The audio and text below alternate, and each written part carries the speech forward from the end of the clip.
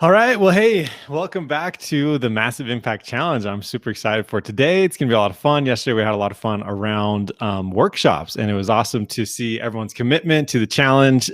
So, if you haven't already said, "Oh, yes, I'm all in," make sure you put that in the chat.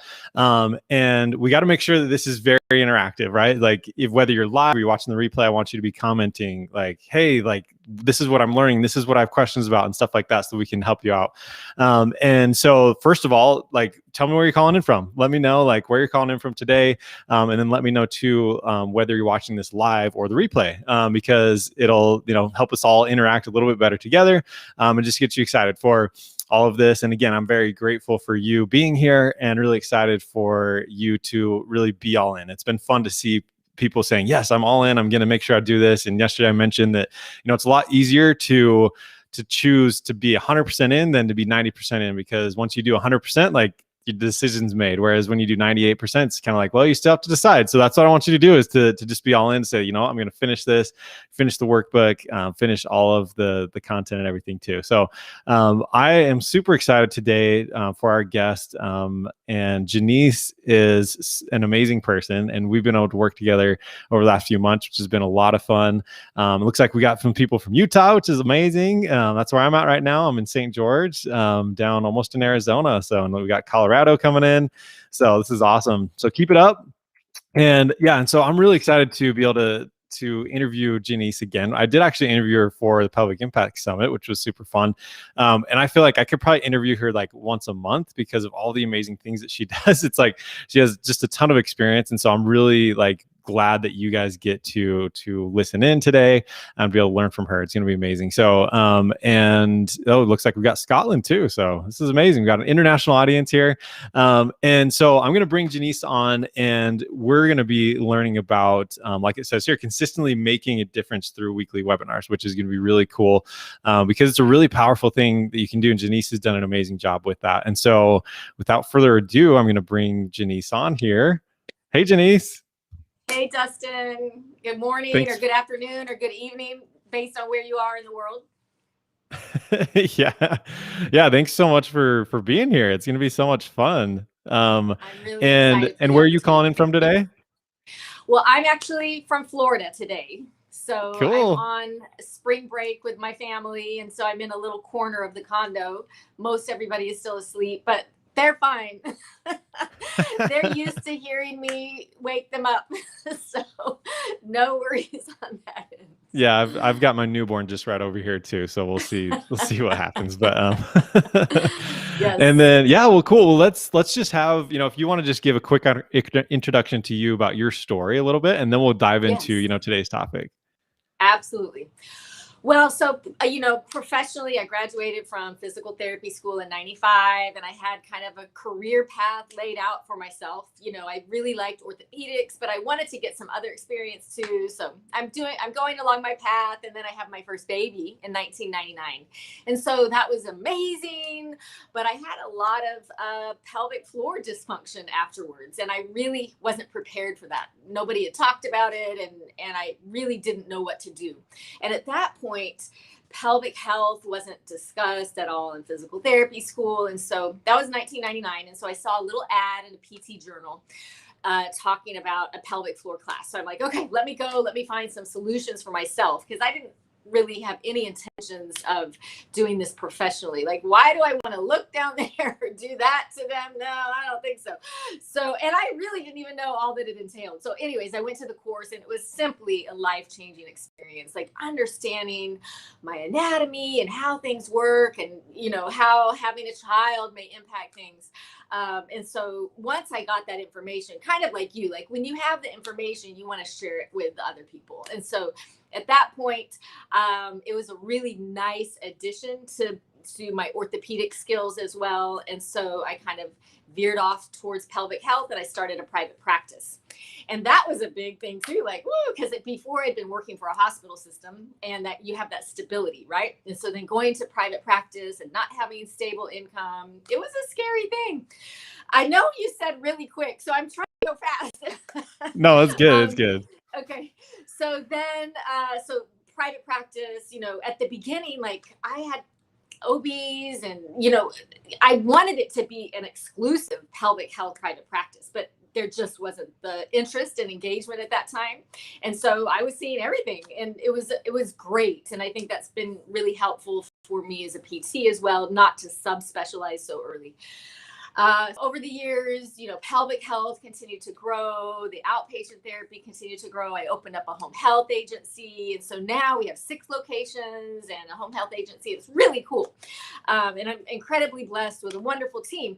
But so as I'm working with people, I'm like, man, it would be really cool to be able to share this information with people outside of my immediate physical sphere of influence, right? Like, I'm making an impact here one-on-one, but what if other people that would never go to physical therapy, pelvic physical therapy, maybe they don't have access to it, maybe they don't have finances for it, maybe there's social stigma, whatever the barriers are, how cool would it be to give people information and resources in an engaging format that they can understand, so they understand their bodies, and that offers them hope and help. And so that was really the start of my PFM.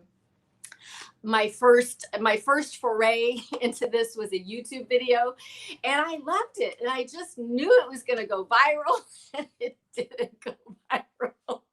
And that's fine. It's reached a lot of people, and every experience you go through, you learn something. And I think that's what some of the things that we're going to continue to talk about. Like, you think something's going to go a certain way, and you go down that path, and maybe you need to pivot when you're down that path, and that's fine. You're learning as you go. And so that's really been an incredible part of my PFM. One other kind of side note with my PFM is that when I made that first video, I didn't want to have my picture on it. I didn't want to have my own video on, like video of me.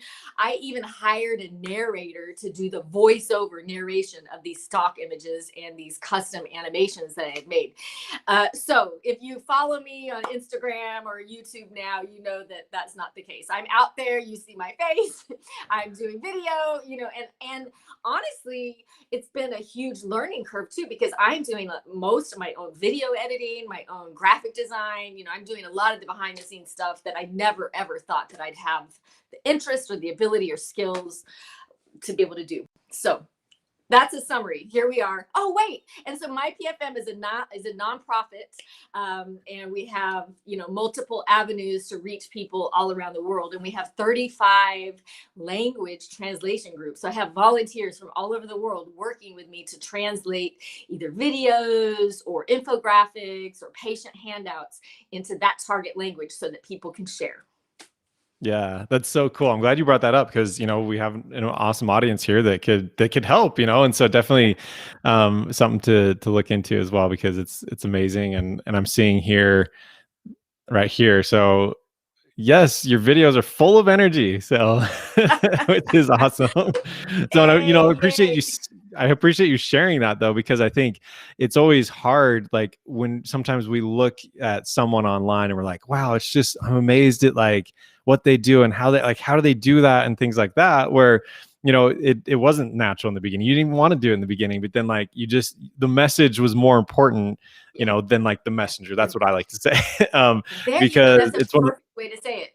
Mm-hmm. Yeah, right. Because I think for me, that's been something where I've struggled, where like, I don't know, like what are people going to think, or that type of thing. But I'm like, you know what? I feel like this message is more important than me, so I'm just going to do it. And if it's uncomfortable, that's fine. But again, as you do it, you get more comfortable, and like failing forward is another thing I think is really important. Is like, you know what? Nice like one. We're going to do this, and it might fail, but I'll learn something, and maybe you start doing something else too. You know what I mean? So it's awesome. So cool. Well, let me first ask our audience. So whether you're live or replay, first, I haven't heard people say if you're live or the replay. So I guess if you're live, I know that now, but put that in the chat if you're live. But also just what's one of your biggest questions around webinars? Because early on too, then we can maybe put that in later. But yeah, just like what questions you have around that, I think is really important. But yeah, so let's dive into that. As far as you're super consistent about doing webinars, which I think is amazing. And so I'm glad that we can talk through that. Like when let's maybe first realize, or I guess paint a picture, like when you first realized that you wanted to use webinars. Yeah. So back in 2019, as I'm having all these people volunteer from all over, I had the idea of like an ambassador membership program. And so that was kind of the fall of 2019. And so as I'm developing that, I'm thinking, okay, these things cost money, animations and graphics and the platforms and everything. You don't realize, how much things cost until you start spending the money. Okay, so I need to have some kind of income to help support the continued efforts of, sharing pelvic health with the world. So what does that look like and how can I structure that? So this ambassador membership program kind of came into my mind and having different tiers of it. So we have basically 3 tiers. So the basic level is free to anyone, anywhere, anybody can join. And you get a lot of access and resources. But then how do you, add value to the additional levels? And so my idea was basically Netflix for the pelvic floor. I think that's going to be a question a little bit later on too. But how can I create on-demand, evidence-based, engaging content to help people? And specifically, these are provider webinars. So some patients, might get some value from it, but they're provider and pelvic health professional webinars. How can I help? Because I had people asking me, hey, what about this? What about this? I need classes, I need courses. And at that point, this was pre-COVID. So there really wasn't the virtual learning opportunities out there that there are now. And so I'm like, okay, let's make this virtual. So it's nothing on site, it's virtual. You can either join it live, the webinars, or we'll record these and they'll be available on demand later at your convenience. And so that was the beginning, was fall 2019. Okay, let's do this. And then January, we launched it, and then February, COVID hit. And so it was really beautiful timing. Like, I couldn't have timed that better, I think, from a virtual learning platform standpoint. So now there's a lot more out there that are doing things virtually. And so I think the market is, there's a lot more options and so forth. But being one of the first out there that was doing this is a really cool thing. Yeah, no, it is really cool. And I think what's awesome is hearing about this challenge is all about like massive impact in like one to many. How do you serve in a one to many way? And that's something, certainly a great way to do that is because you can reach a worldwide audience and you can, do that as well, which is really cool. So yeah, thanks for explaining that. So one of the things too, just for our audience is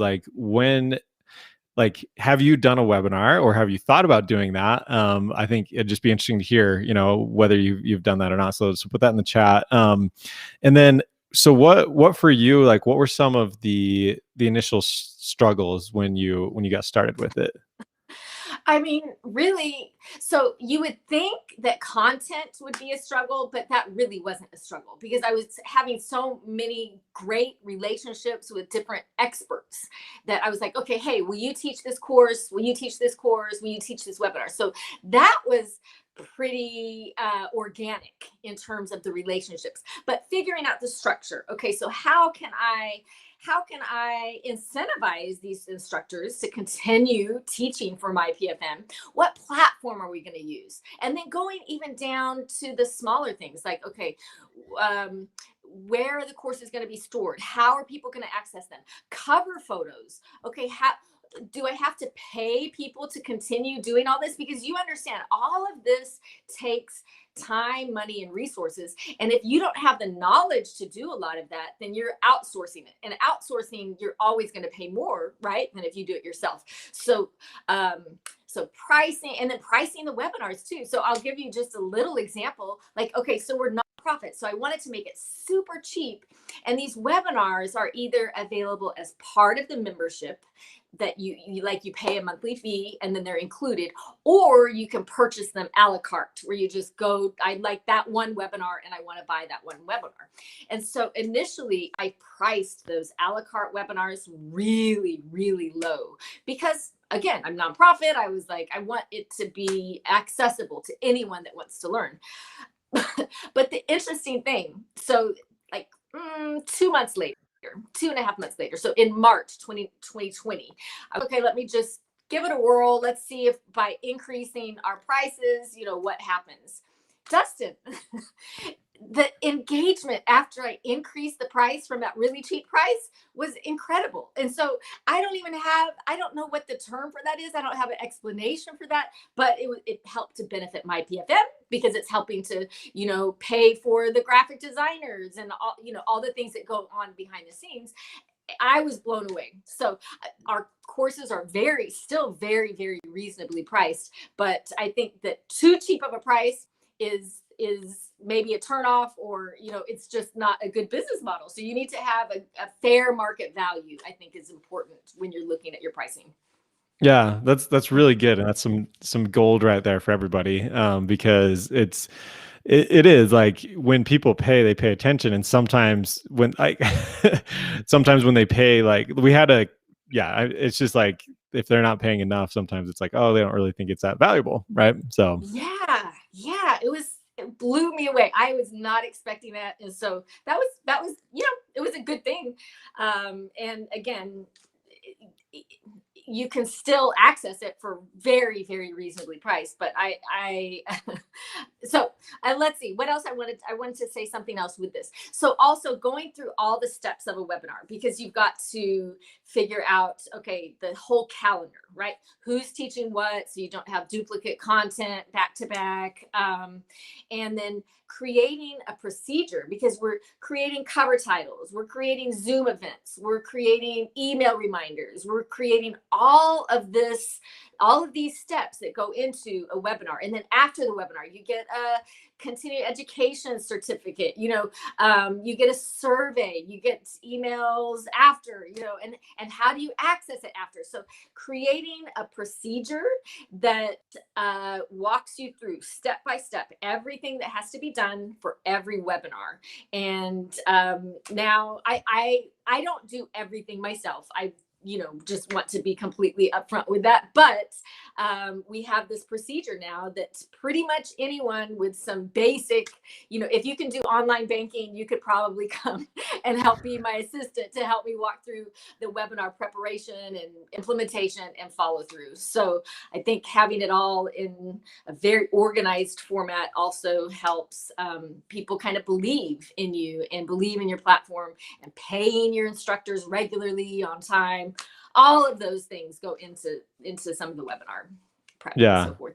Cool. That's really, really powerful. Yeah, for sure. If you have like a process that you can follow and just go down the line, then it's that much easier. So I just want to show really, really quick here. We had, yes, I just gave a webinar to healthcare providers in China, and I used my PFM graphics. So woohoo, there we go.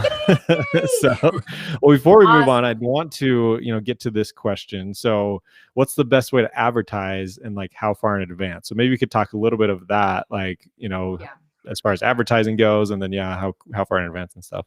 I know. I wish I had the golden strategy. And like what we're saying, sometimes you're learning as you go. And so our goal is to be able to advertise that webinar at least 4 weeks in advance, ideally 8 weeks in advance. So like we have a calendar on our website. We have a calendar that we send out in our weekly newsletter. We have a calendar on Instagram. Sometimes I'll do paid promotionals on Instagram or on Facebook. So I'm still learning, like, what is the best way to advertise. So I don't have a magic formula, but I would say also that when the instructor helps to advertise the webinar, that it helps with that engagement too, because they have their own unique people that are following them, right? And so they're like, hey, I want to come and listen to this person. And so that's very helpful when the instructor helps to advertise, whether it's in their email newsletter or whether it's on their social, options.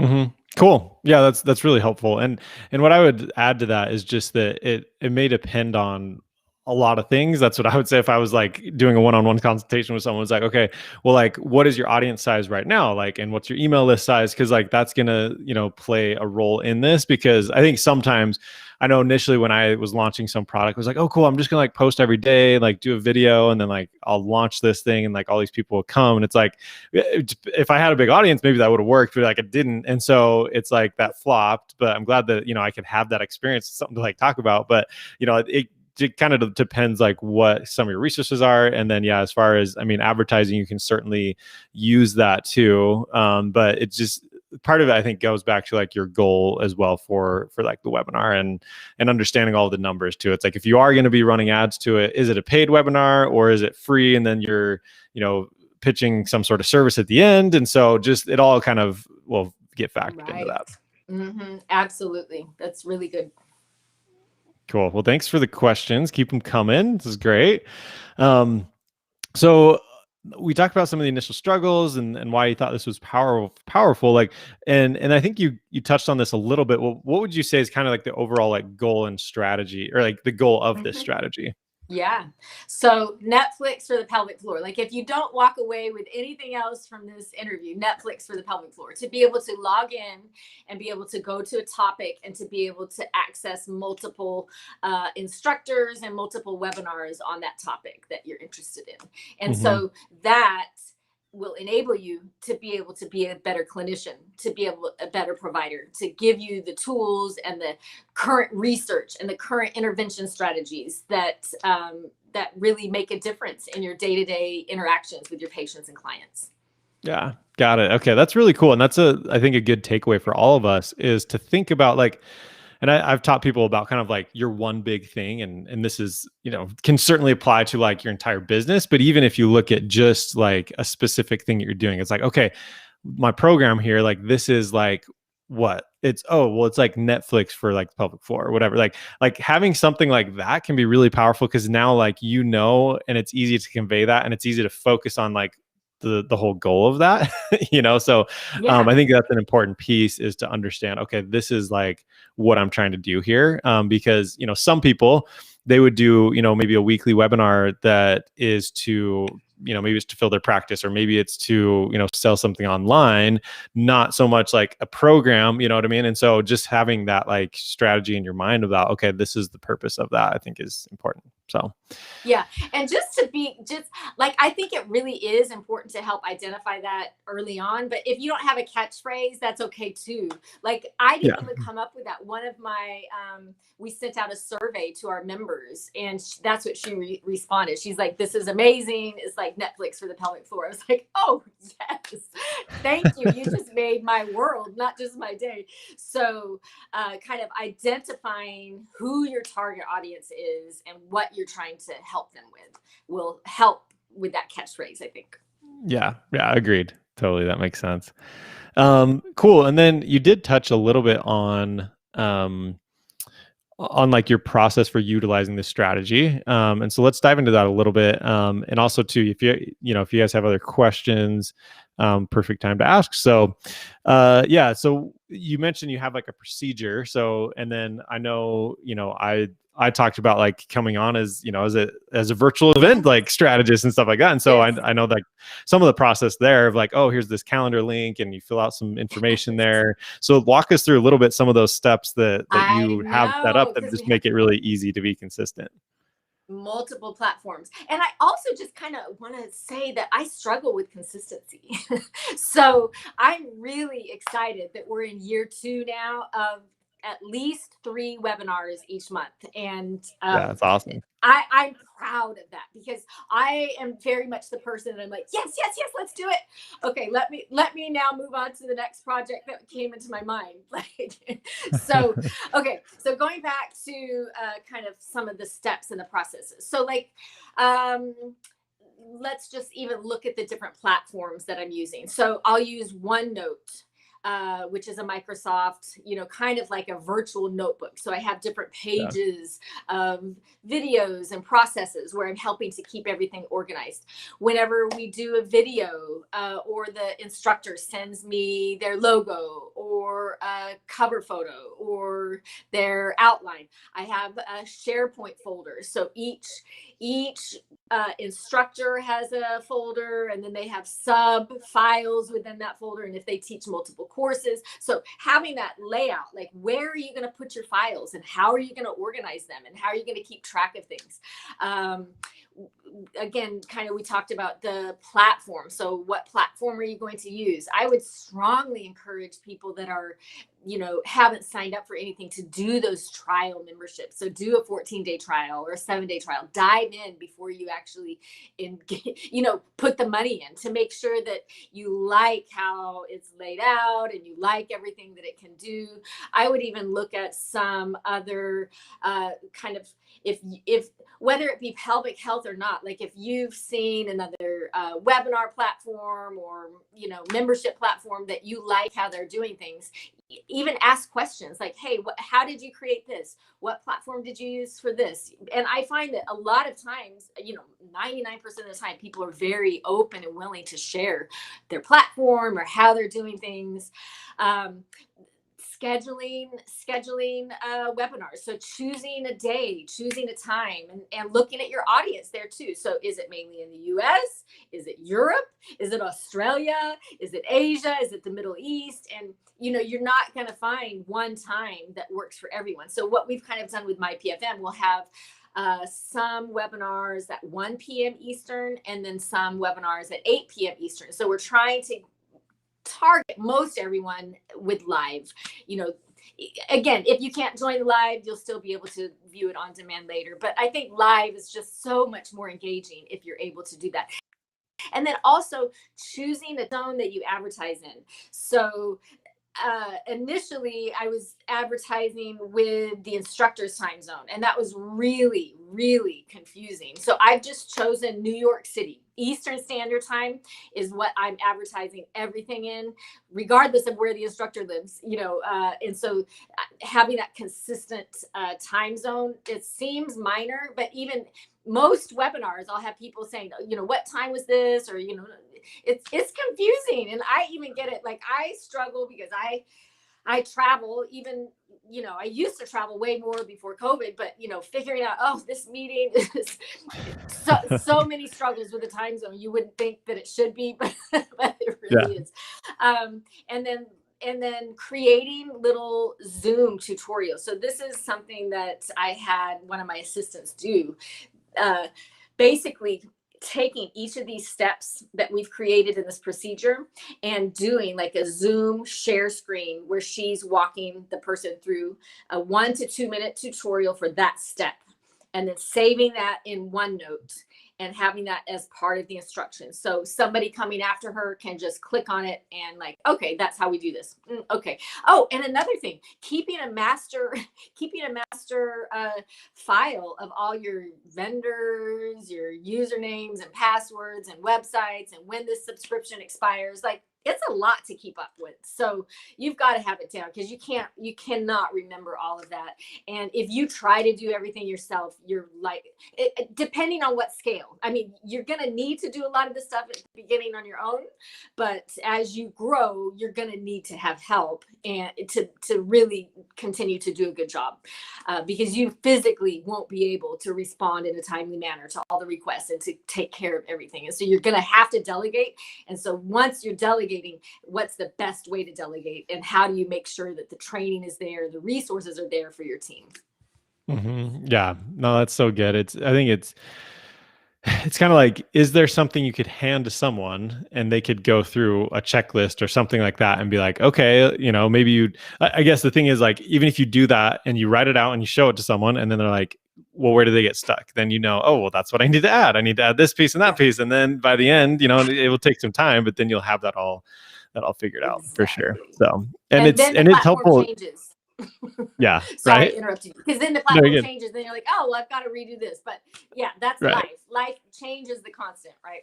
Yeah, right, for sure. And even what I would say too is that it doesn't like it's even helpful just as a single person to have something like that too, right? Because it's like, oh well, yeah, you got to check this, you got to check that, you got to, so it's definitely I know for me, I've always I think for a while it's been kind of like, oh, I'll go figure that out and I know how to do it. And so like I don't really need to like write it down. But then it's like, well, for one, it's me now, but then in the future too, it's like, hey, well, if I want someone to help me do this piece, then they can just easily follow that. So I think that's Exactly. great, good stuff.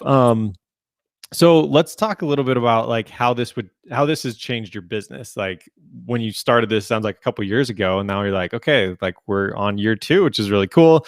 Like how has that changed your business? And for the audience too, I just want to like hear how would this change your business if you're like, okay, I'm going to start doing webinars. Like what do you see the benefit being for you? So I think the biggest takeaway is that I'm empowering people all over the world with this information in a very cost effective manner that's very accessible. And so I hope that the impact that we're having with just the webinars is improving the quality of care, specifically pelvic health physical therapy worldwide. I get regular messages from people saying, thank you so much for offering this. Thank you, thank you, thank you. And so that's what I feel like is the biggest benefit. A nice benefit is that it is giving my PFM financial support so that we can continue our multilingual translations, because that's another thing. Like um so we have these volunteer groups, and do you mind if I just dive into that briefly? Oh, it sounds great. Yeah. So basically, like somebody says, hey, I speak Greek, I want to help you. Okay, so let's, we usually like to have at least two volunteers in each language so that they can kind of cross reference each other and make sure that it's accurate, because I have no idea if it's accurate. I only speak English.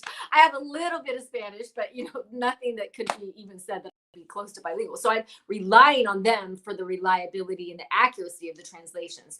So we create this little translation group within Instagram, and then each week we choose a design. I choose it, unless there are some volunteers that are like, hey, that's a great one, let's do that one next week. I'm like, yes, okay, let's do it. But basically kind of looking at the main My Pelvic Floor Muscles Instagram account and seeing which posts and what content are really getting the most engagement and traction, and then choosing that content to be the shareable content that we're going to translate.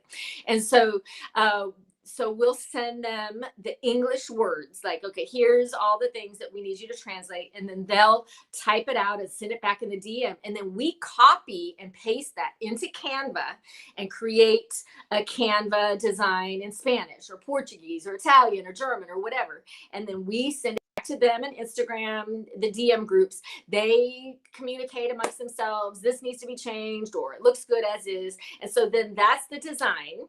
And then now they're able to share it with their audience. And then we also share it in our stories. Every Friday, we're doing shout outs. So if you are interested in this multilingual, go to our stories on Friday and we'll tag the instructors. And then all of those designs, we're putting them into the platform called Kajabi. And so anyone that joins that basic level can log into Kajabi, and you can have all of this patient education information in all these different languages. That's no cost. So that's what having this membership platform and these webinars has helped with, is to support that. Because initially I was the one that was copying and pasting every word. Okay, Arabic, and some languages are right to left, and you go in clockwise circles, or like just learning. And I love other cultures, and it's been really, really cool to connect with these people. In fact, I had a friend from Bahrain sending me some videos this morning of like a religious ceremony over it, like it's a Muslim religious ceremony. And I was like, he's like, I know you love other cultures, I'd love to just show you this. Have you ever seen anything like this? And it was really, really incredible. It made my entire morning when I woke up to see that. So so going back to, I physically can't anymore do all of that translation for these 35 plus translation groups. So I have a graphic designer that I work with every week that he helps me, and he's been incredible. So So that's in a nutshell. The webinars are helping support that multilingual Mhm. initiative and the nonprofit aspect of my PFM. Yeah, that's really, really cool. And it's amazing to see. I mean, again, the name of the challenge, Massive Impact Challenge, like you're making a massive impact in that way because of the reach that you're able to have. And it's cool to have, the tiers that you do too, where you have free and then you have paid, and then people can just buy the webinars by themselves and things Mm-hmm. like that.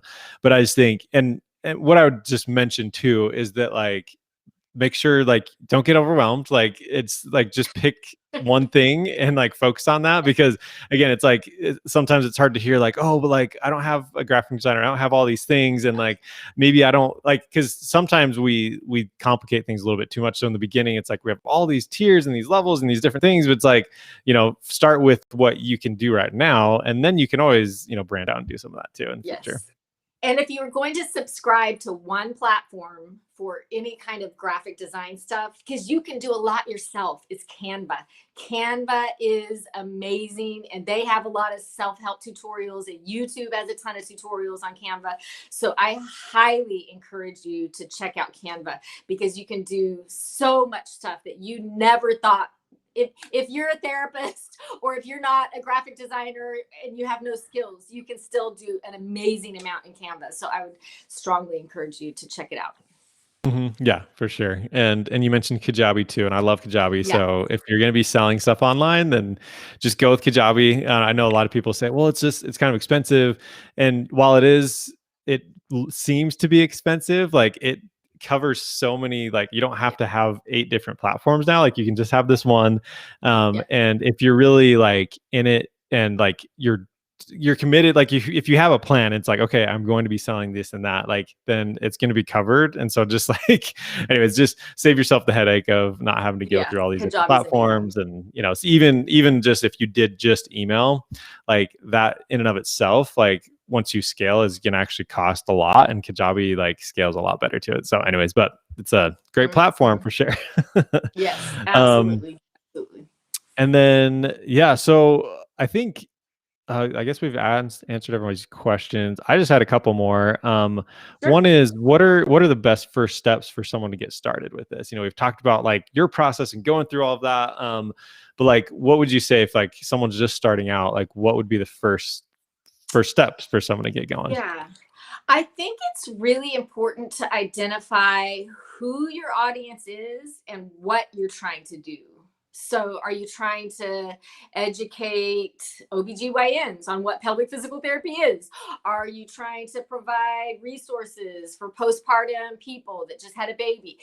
Who is your target audience? And then figuring out, okay, now that I have that target audience, what would be helpful to them? What would they want to know or learn? Because time, I think that's really the thing that's so valuable. And so for people not to just invest money in your webinar, but their time, sitting down for 30 minutes for somebody that's just had a baby, that's an incredible commitment. So really fine tuning that, who is your audience, who are you trying to reach, and then what are you trying to help them achieve.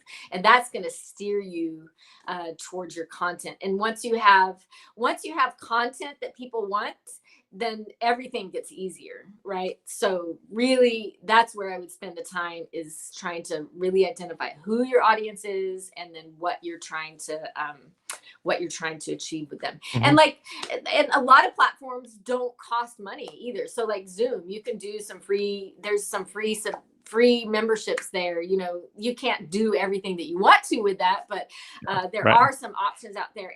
And even, I don't know anything about Restream, what we're using now, but I know that there's a lot of competition in the market for Zoom. So maybe Zoom isn't the best platform now. Maybe there's some other up and coming ones that offer some features for less expensive price than Zoom does. So I don't know. I guess identifying your target audience, identifying the content, and then just being open to starting it on a small scale and then gradually growing. Don't enter into those memberships and subscriptions until you really need to.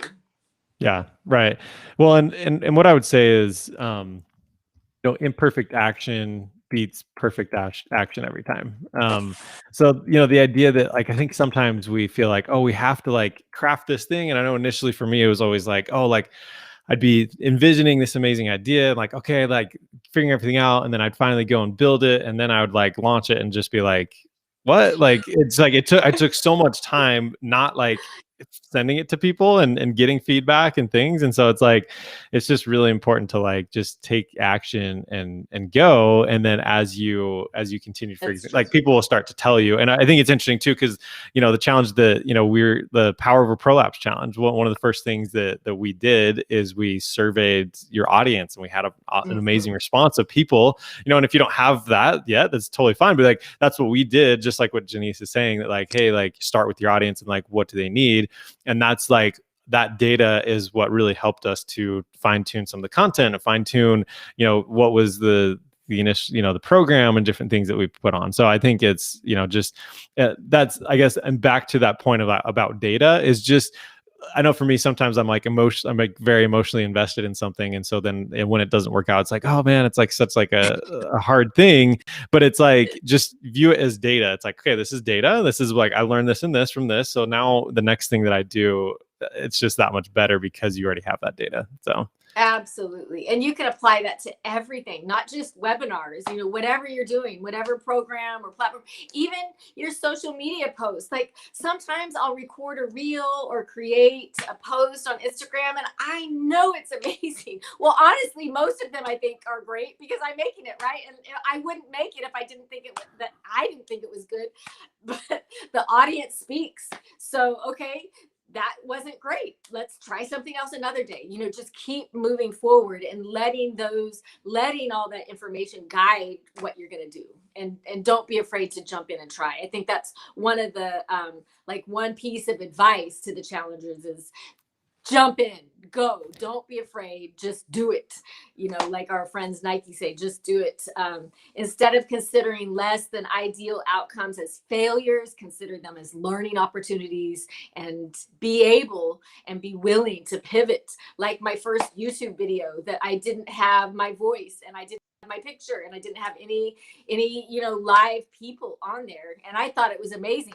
Well, it was good. We got some engagement, but I learned a lot too. And so letting your audience speak is very helpful. Yeah, that's really, really cool. So yeah, it makes a lot of sense too, for sure. So I do have one final question. It should be pretty quick, but before I do that, I just wanted to give people a little bit of a teaser for Thursday, because Thursday is when I'll be speaking and going to be speaking about challenges. But what are your initial thoughts? I mean, what are your thoughts right now about challenges and using them in your business? This is a question for me. Yeah. Okay, yes. So we went through this challenge in February, and I wasn't really sure what to expect. I was really blown away with the level of engagement that we got. So I was hoping for maybe a couple hundred people to sign up. We had over 1,100 people sign up for that challenge. So it was incredible. I'm still learning. So did we have the sales on the back end that, I was hoping for? No, we didn't, but we did have some, and we learned, right? And so now taking that and continue trying to figure out how to learn from that initial challenge. And so I want to do another challenge. We're planning one for April and figuring out what can we learn from the February one to make the April one better. And also, okay, so we didn't have the sales. Maybe is the packaging? Is it the content? Figuring out what is that ideal solution for your ideal client, and then gearing everything towards that. So I love the idea of a challenge because it's a vehicle to be able to connect with people. Right. As a provider, I was working on this wonderful course, and I know it's fantastic, right? But how do I get it to the people, and how do I connect with them? And so a challenge is a really fun way, and we did a free challenge. So a free challenge is a fun way to build engagement, to build interest, to build an audience. and then, potentially convert some of them. But even if you didn't convert them, you have that relationship with them, and they're warm. They're warm there, and so Yeah.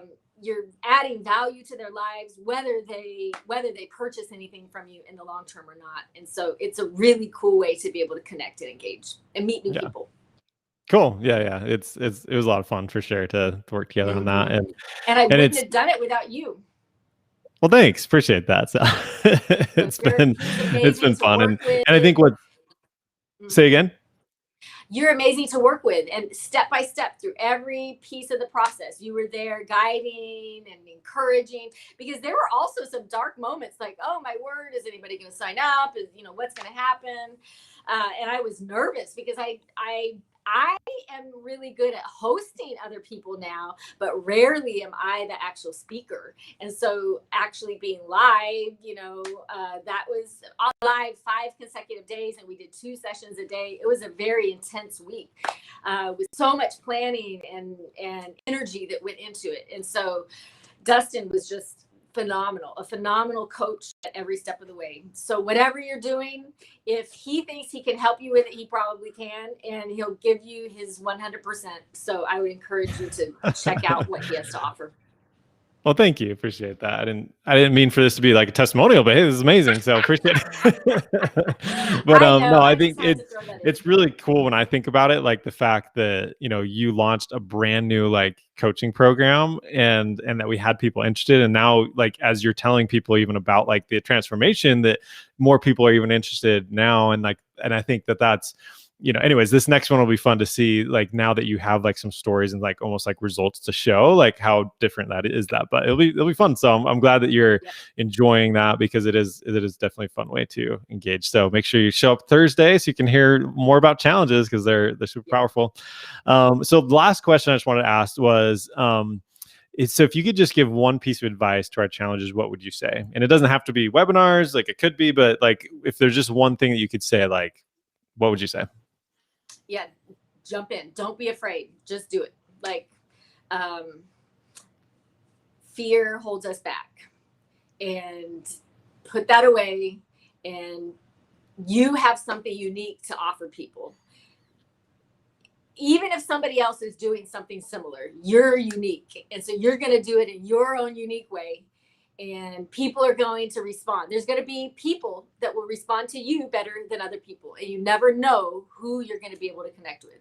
So jump in, just do it, be your authentic self, and try not to look at what's happening beside you, because that really does kind of it can veer you off course, and it can bring your spirits down. So comparison is the thief of joy. Like, keep going. You're unique. You have something special to offer. Just do it.